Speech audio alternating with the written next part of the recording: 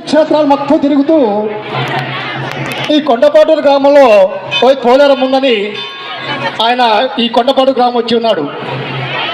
వచ్చి ఇక్కడ ఏందో అమ్మవారు ఉన్నట పెద్ద పుణ్యక్షేత్రం అంట అని ఆయనకు 75-80 సంవత్సరాలు ఉంటాయమ్మ. గర్భగుడిలోకి వెళ్ళాడు. సాక్షాత్తు గర్భగుడిలోకి అడుగు పెట్టంగానే అమ్మా భవానీ నువ్వే తల్లి ఇక్కడ ఉన్నావు అని అరగంట సేపు ఆయన లగవల.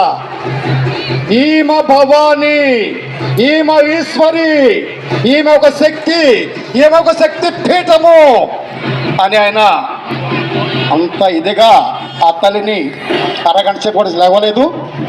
ఈ ప్రాంతానికే వెలుగన్నాడు.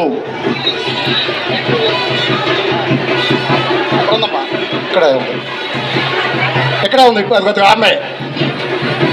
ఈ ప్రాంతానికే మరి వెలుగుల తల్లి ఈశ్వరి మహేశ్వరి, మన మహాశక్తిగా మహాశక్తి పీఠంగా కూడా ఆ తల్లి కొండపాటు ప్రాంతంలో వెలసినటువంటి ఆ తల్లికి ఈ రోజున మరి 1,00,000 మల్లెలార్చన కార్యక్రమము మరి అంగరంగ వైభవముగా మరి వేద పండితులు వేద మంత్రాలతో మా కొండపాటు గ్రామ వాస్తవ్యుడు మువ్వా వంశీ గారు పంతులు గారు వారి సారథ్యంలో కూడా వారి అనుచరులతో కూడా ఈ పూజా కార్యక్రమాలు కూడా సార్ నిర్వహించబోతున్నారు కనుక ప్రతి ఒక్కరు కూడా ఈ కార్యక్రమం జయప్రదం చేసి ఈ రోజున అమ్మవారికి మహాప్రసాద భోజనాలు కూడా ఏర్పాటు చేస్తున్నారు.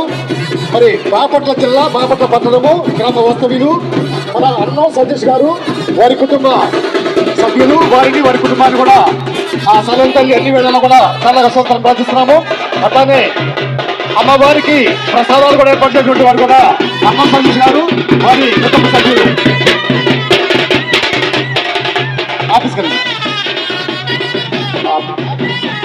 వెళ్ళారు చూడండి.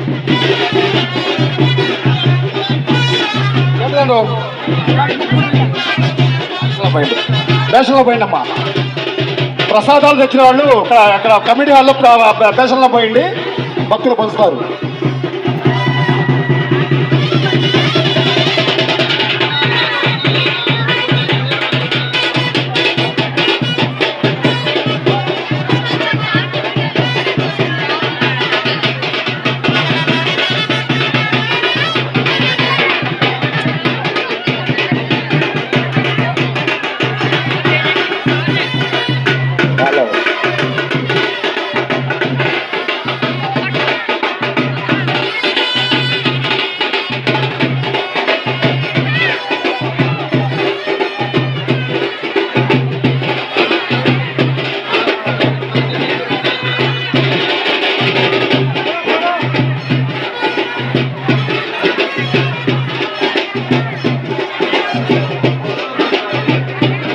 వస్తున్నటువంటి వాళ్ళకి అమ్మవారి దేవస్థానము దక్షిణ వైపు ఖాళీలోనేమ్మా.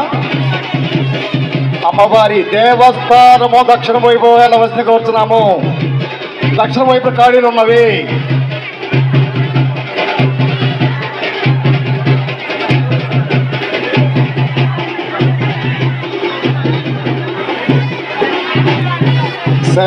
సేవకులంతా కూడా పాపారావు గారు, భూమా పాపారావు గారు ఈ సేవకులకి ఎవరికి ఏ యజమానులు మీరు ఇవ్వండి, అందరూ పంచుతారు. వివిధ ప్రాంతాల నుంచి